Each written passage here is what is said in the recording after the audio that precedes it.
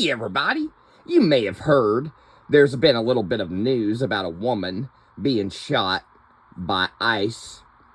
And I haven't even watched this yet, so we're going to experience this together live, okay? You're going to get a live reaction from the panda. But this motherfucker, this makeup-wearing bitch, yeah, I said what I said, Philip DeFranco. I can already tell by the fucking thumbnail the way he's gonna paint it. So let's go ahead and take a look. In Minneapolis today. I just finished today's show, which you're still going to get here because there's a lot of news we have to dive through. And the details are still coming out because this just happened, but here's the setup. ICE officers were on a residential street, and it looks like there were protesters there watching and recording. And a woman seemed to have her car in the middle of the road, and she was approached by an ICE officer who told her to get the fuck out of the car. She then tried to back away a little, before then going forward in her SUV. It's looking like she's trying to get away, and that's when, on one of the videos we see an officer near the left front of the car taking out his pistol and shooting her multiple times at essentially point-blank range. The car then went a short distance before crashing into another parked car, and afterwards you had people just screaming, "You are criminals! You're criminals!"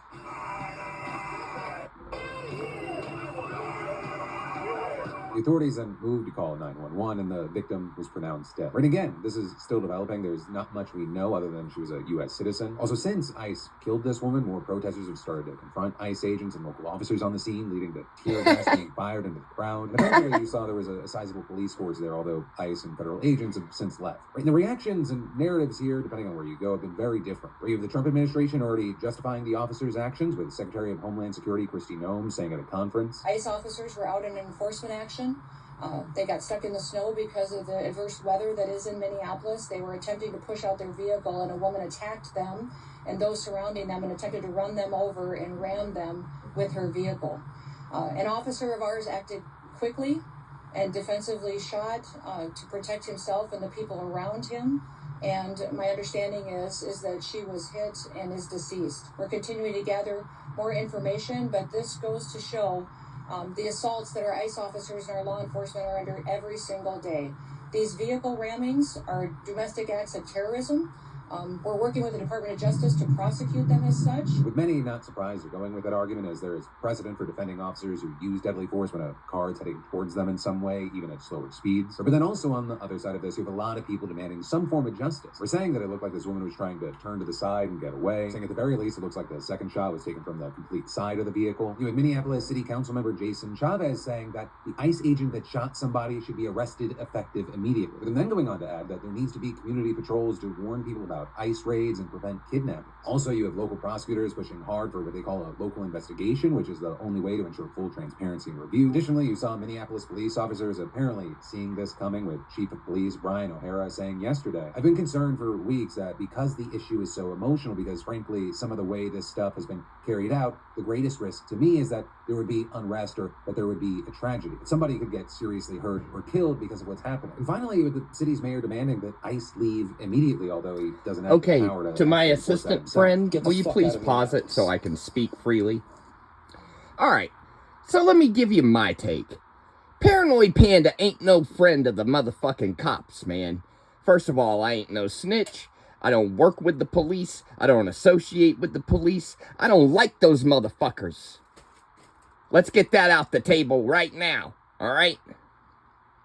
With that being said, you might remember a little thing happened a few years ago. It wasn't a big deal or anything. What was it called? Oh yeah, Waco.